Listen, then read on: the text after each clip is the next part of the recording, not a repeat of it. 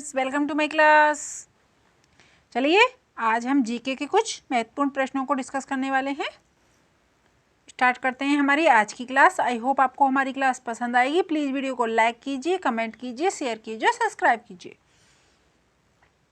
Start करते हैं आज की क्लास। निम्न में से कौन एक शरीर को गर्म रखने के लिए उत्तरदायी है? तो हमारे चार ऑप्शन दिए हुए हैं। ऑप्शन नंबर ए वसामय ऊतक, बी रोम, सी श्वेत ग्रंथियां, डी संयोजी ऊतक। तो हमारा करेक्ट आंसर हो जाएगा वसामय ऊतक। जो वसामय ऊतक होते हैं ये इंसुलेटर की तरह कार्य करते हैं, इसीलिए जो हमारी बॉडी है इसको गर्म रखने के कार्य करते हैं। इसके साथ साथ भोजन, व्यायाम है, कपड़े, ये भी जरूरी महत्वपूर्ण हिस्सा हैं हमारे बॉडी के लिए। आगे देखिए अगला क्वेश्चन देखते हैं। कोशिका में पाया जाने वाला आनुवांशिक पदार्थ कौन सा है?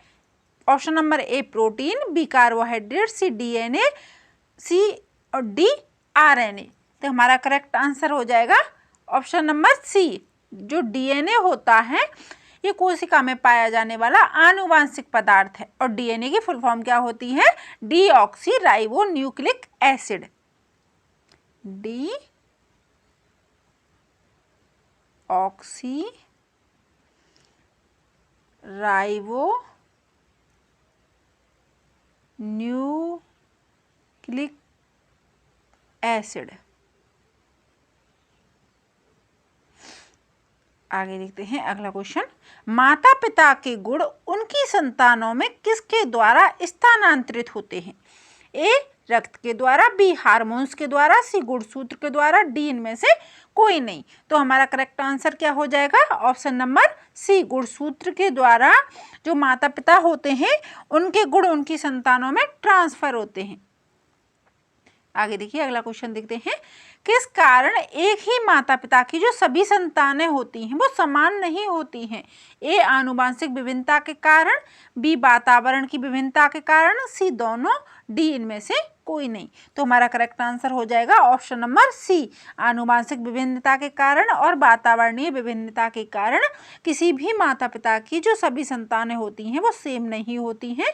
उनके गुण, उनके रूप, उनका रंग, आकार, आकृति सभी अलग होती है। आगे देखिए अगला क्वेश्चन। जैव विकास को सर्वप्रथम किसने समझाया था? ए न्यूटन ने, बी लैमार्क ने, डी डार्विन ने, सी आइंस्टाइन ने। तो हम जो जैव विकास है इसको सर्वप्रथम किसने समझाया था? चार्ल्स डार्विन ने। ऑप्शन नंबर सी, जो चार्ल्स डार्विन है इन्होंने सर्वप्रथम जैव विकास को समझाया था। आगे देखिए अगला क्वेश्चन देखते हैं। उत्परिवर्तन का सिद्धांत सर्वप्रथम किसने प्रतिपादित किया था? A Huxley, B de Vries, C Lamarck, D Darwin. तो हमारा करेक्ट आंसर क्या हो जाएगा? Option number B, de Vries. इनको कहते हैं ह्यूगो डी ब्रिज के नाम से जानते हैं। Hugo de bridge. इन्होंने जैव विकास को उत्परिवर्तन के सिद्धांत को प्रतिपादित किया था। आगे देखिए। कीटों में कितनी जोड़ी टांगें होती हैं? तो कीटों में ऑप्शन नंबर ए 1 जोड़ी, बी 2 जोड़ी, सी 3 जोड़ी, डी 4 जोड़ी। कितनी जोड़ी टांगें होती हैं? तो जो कीट होते हैं इनमें 3 जोड़ी टांगें होती हैं। आगे देखिए अगला क्वेश्चन देखते हैं।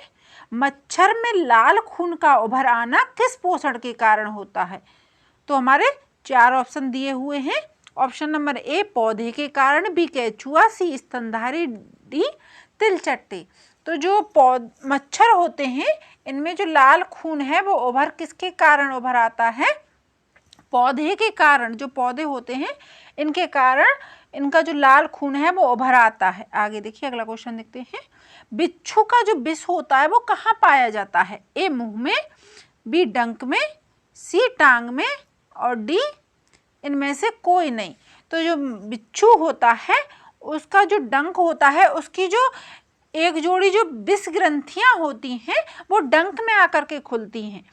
तो हमारा करेक्ट आंसर क्या हो जाएगा? ऑप्शन नंबर बी, डंक में जो बिच्छू का विष है वो पाया जाता है। आगे देखिए अगला क्वेश्चन देखते हैं। निद्रा रोग फैलाती है, जो निद्रा रोग है ये कौन फैलाता है? ए सीसी मछली, मक्खी, बी जू, सी खटमल, डी सैंड फ्लाई। तो हमारा करेक्ट आंसर क्या हो जाएगा? सी मक्खी होती है, ये निद्रा रोग को फैलाती है। आगे देखिए, मेंढक का लार्वा क्या कहलाता है? तो हमारा करेक्ट आंसर क्या हो जाएगा? टैडपोल के नाम से जानते हैं मेंढक के लार्वा को। आगे देखिए, जीन शब्द का नामकरण किसके द्वारा किया गया था? ऑप्शन नंबर ए चैडविक के द्वारा, James Chadwick, B John Salk, D Edward Jenner, D WL Johnson. तो हमारा करेक्ट आंसर क्या हो जाएगा? WL Johnson. इनका पूरा नाम क्या है? Wilhelm Johnson. इनका पूरा नाम है विल्हेम जॉनसन। आगे देखिए, अगला क्वेश्चन देखते हैं। टिटनिस को अन्य किस नाम से जानते हैं? तो टिटनिस को धनुष टंकार के नाम से जानते हैं। इसका दूसरा नाम है, इससे बॉडी पर चकते चकते से बन जाते हैं, इसको धनुष टंकार के नाम से जानते हैं। आगे देखिए, दिल्ली सल्तनत की आधिकारिक भाषा क्या थी? तो दिल्ली सल्तनत की जो आधिकारिक भाषा थी, option number A Hindi, B Farsi, C Sanskrit और डी अंग्रेजी। तो हमारा करेक्ट आंसर क्या हो जाएगा? ऑप्शन नंबर बी फारसी भाषा थी दिल्ली सल्तनत की। आगे देखिए, जयदेव किसके दरबारी थे? ए तानसेन, बी लक्ष्मण सेन, सी अकबर, डी शिवाजी। तो जो जयदेव थे वो लक्ष्मण सेन के दरबारी दरबारी थे। आगे देखिए, अगला क्वेश्चन देखते हैं। गुजरात में जो किसानों का जो खेड़ा आंदोलन हुआ था वो किसके नेतृत्व में हुआ था, या किसने उसका नेतृत्व किया था? गुजरात का जो खेड़ा आंदोलन था उसका नेतृत्व किसने किया था? ए Subhash Chandra Bose, B Mahatma Gandhi, C Lala Lajpat Rai, D बाल गंगाधर तिलक। तो हमारा करेक्ट आंसर क्या हो जाएगा? महात्मा गांधी ने गुजरात में खेड़ा आंदोलन का नेतृत्व किया था। आगे देखिए, रात में जागने वाले जानवर को हर चीज किस रंग में दिखाई देती है? ए सफेद काला, बी सफेद लाल, सी लाल हरा, डी लाल और नीला। तो रात में जो जागने वाले जीव होते हैं, जैसे कि चमगादड़ हो गई, उल्लू हो गया, तो इनको जो सभी चीजें हैं वो सफेद और काला, ऑप्शन नंबर ए सफेद दिखाई देगी या फिर वो काली दिखाई देगी। आगे देखिए, एकल परिवार से तात्पर्य है?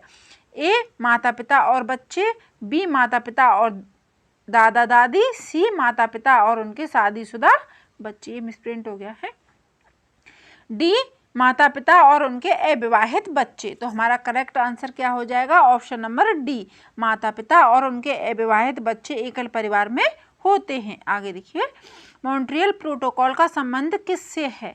ए ओजोन अपक्षय से, बी समताप मंडल से, डी सी आयन मंडल, डी मध्य मंडल।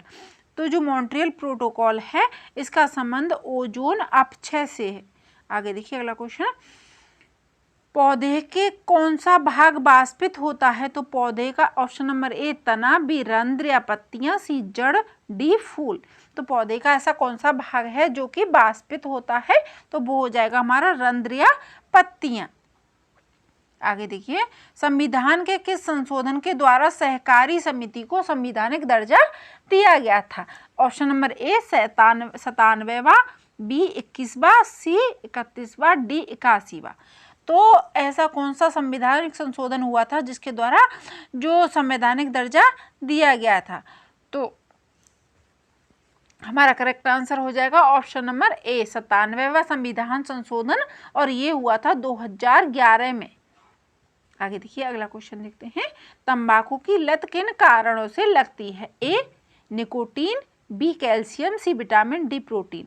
तो हमारा करेक्ट आंसर क्या हो जाएगा? ऑप्शन नंबर ए निकोटीन के कारण तंबाकू की लत लगती है। आगे देखिए, वाहनों से निकलने वाली प्रदूषित गैस कौन सी है? Option number A carbon monoxide, B carbon dioxide, C methane, D argon. तो हमारा करेक्ट आंसर क्या हो जाएगा? कार्बन मोनोऑक्साइड वाहनों से निकलने वाली सबसे हानिकारक और प्रदूषित गैस है। हमारे इतने क्वेश्चन तो और भी होंगे शायद, हाँ ये रहे। कच्ची सब्जियों को पकाने से पूर्व उनकी पौष्टिकता खत्म ना हो, इसके लिए सबसे उपयुक्त तरीका कौन सा है? तो सबसे पहले हमें काटने से पूर्व उनको अच्छी तरह धोएं फिर पकाएं, बी काटने के बाद धोएं, सी पकाने से पूर्व धोएं, डी में से कोई नहीं। तो हमारा करेक्ट आंसर क्या हो जाएगा? ऑप्शन नंबर ए, काटने से पूर्व उनको अच्छी तरह धोना चाहिए, तब उनको काटना चाहिए और पकाना चाहिए। आगे देखिए, किसके नेतृत्व में चिपको आंदोलन को बल मिला था? तो हमारा option number A, correct answer क्या हो जाएगा? Option number A, Sundarlal Bahuguna, B Mahatma Gandhi, C Lala Lajpat Rai, D Sardar Patel. तो हमारा करेक्ट आंसर हो जाएगा option number A, Sundarlal Bahuguna के नेतृत्व में जो चिपको आंदोलन था उसको बल मिला था। ये चिपको आंदोलन हुआ कब था? तो 1973 में हुआ था, 1973 ईस्वी में। कहाँ पर हुआ था? तो ये चिपको आंदोलन यहाँ लिखते हैं, चिपको आंदोलन ये उत्तराखंड में हुआ था। राज्य कौन सा था? उत्तराखंड। जिला कौन सा था? चमोली जिला था। गांव कौन सा था? रैनी गांव था। और इसके नेतृत्वकर्ता कौन थे? तो इसके नेतृत्वकर्ता थे सुंदरलाल बहुगुणा। हमारा करेक्ट आंसर ऑप्शन नंबर ए हो जाता है। तो चलिए फ्रेंड्स, आज की क्लास को यहीं समाप्त करते हैं। आई होप आपको हमारी क्लास पसंद आई होगी। प्लीज़ वीडियो को लाइक कीजिए, कमेंट कीजिए, शेयर कीजिए, सब्सक्राइब कीजिए। आगे की क्लास में इससे आगे कंटिन्यू करते हैं। Thanks for watching this class. Thank you, धन्यवाद।